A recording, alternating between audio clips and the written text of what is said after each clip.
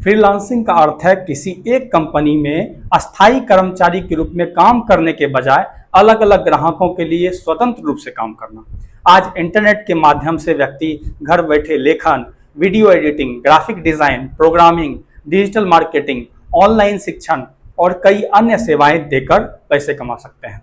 Freelancing शुरू करने के लिए बड़ी पूंजी की आवश्यकता नहीं होती, लेकिन किसी उपयोगी कौशल, धैर्य, अनुशासन और लगातार प्रयास की आवश्यकता होती है। पहला कदम है एक कौशल चुनें। सबसे पहले यह तय करें कि आप कौन सी सेवा ग्राहकों को दे सकते हैं। यदि आप शुरुआत कर रहे हैं तो एक साथ बहुत सारी चीजें सीखने की बजाय किसी एक कौशल पर ध्यान देना बेहतर है। उदाहरण के लिए आप content writing, video editing, graphic design, web development, data entry या डिजिटल मार्केटिंग में से किसी एक क्षेत्र को चुन सकते हैं। दूसरा कदम है कौशल सीखें। कौशल चुनने के बाद उसे अच्छी तरह सीखना आवश्यक है।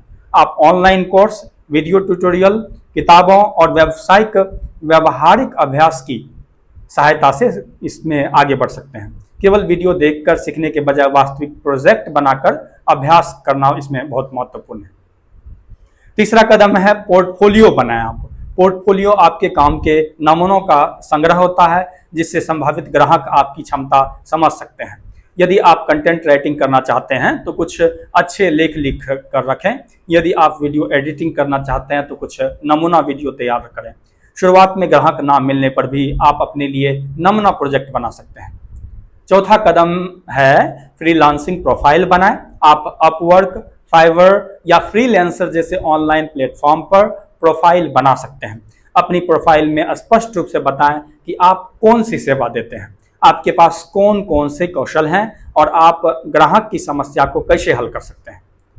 पांचवा कदम है प्रोफाइल बनाएं और प्रोफेशनल प्रोफाइल बनाएं। आपकी प्रोफाइल सरल और ईमानदार और ग्राहक की आवश्यकता पर केंद्रित होनी चाहिए। केवल यह लिखने के बजाय कि मैं वीडियो एडिटर हूं, यह बताएं कि आप किस प्रकार के वीडियो एडिट कर सकते हैं और ग्राहकों को आपकी सेवा से क्या लाभ मिलेगा।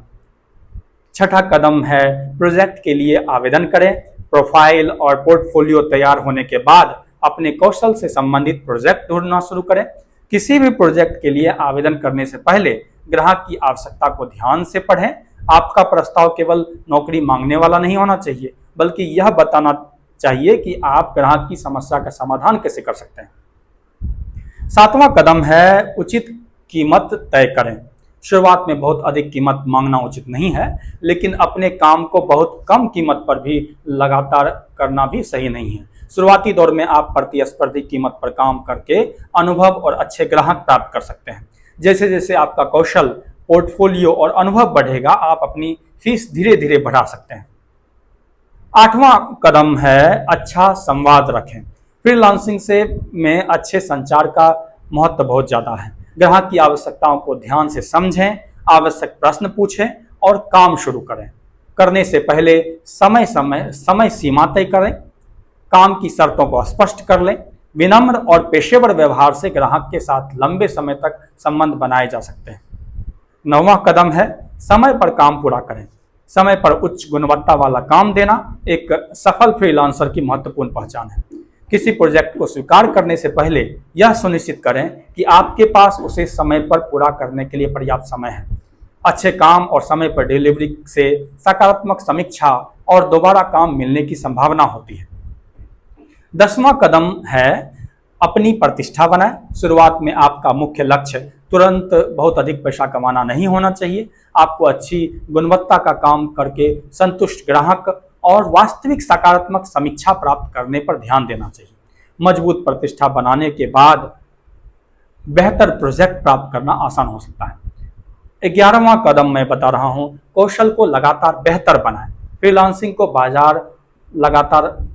बाजार लगातार बदलता रहता है, क्योंकि तकनीक और ग्राहकों की आवश्यकता भी बदलती रहती है। इसलिए आपको नए सॉफ्टवेयर, टूल, तकनीकों को लगातार सीखना चाहिए।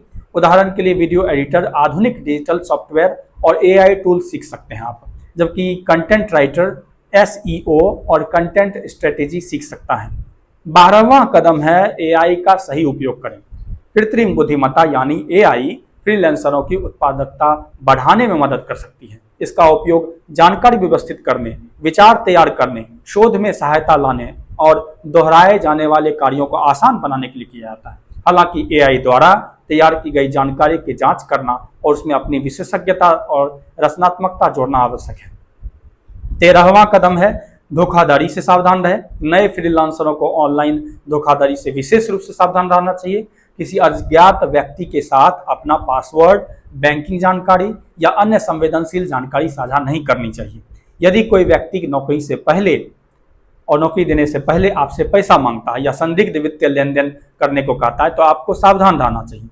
और 14वां कदम है भुगतान और कर की जानकारी रखें। फ्रीलांसिंग को नियमित आय होने पर आपको यह समझना चाहिए कि भुगतान किस माध्यम से होगा और उस पर कौन से शुल्क लागू हो सकते हैं। यदि आपकी आय नियमित या पर्याप्त हो जाती है तो आप अपने देश के लागू कर नियमों और वित्तीय आवश्यकताओं की जानकारी रखना भी जरूर रखें। 15वां कदम है धैर्य रखें। फ्रीलांसिंग रातों रात अमीर बनने का कोई तरीका नहीं है। विशेष रूप से शुरुआत में पहला ग्राहक मिलने में कुछ समय लगता है, इसलिए लगातार सीखना, नियमित रूप से उपयुक्त प्रोजेक्ट के लिए आवेदन करना, अच्छा काम करना और पेशेवर व्यवहार बनाए रखना आवश्यक है। दोस्तों, फ्रीलांसिंग की शुरुआत करना अपेक्षाकृत आसान है, लेकिन इसे सफल करियर बनाने के लिए धैर्य, कौशल और अनुशासन की आवश्यकता होती है। एक उपयोगी कौशल चुनकर उसे अच्छी तरह से सीखें, अपना पोर्टफोलियो बनाएं, प्रोफेशनल प्रोफाइल तैयार करें, सही प्रोजेक्ट के लिए आवेदन करें और ग्राहकों को गुणवत्तापूर्ण काम दें। यदि आप लगातार अपने कौशल को बेहतर बनाते हैं और तकनीक का सही उपयोग करते हैं तो फ्रीलांसिंग आपके लिए आय का अच्छा स्रोत और लंबे समय का करियर बन सकती है। दोस्तों, फ्रीलांसिंग के बारे में जानकर कैसा लगा आप कमेंट में जरूर बताएं। बाय बाय दोस्तों।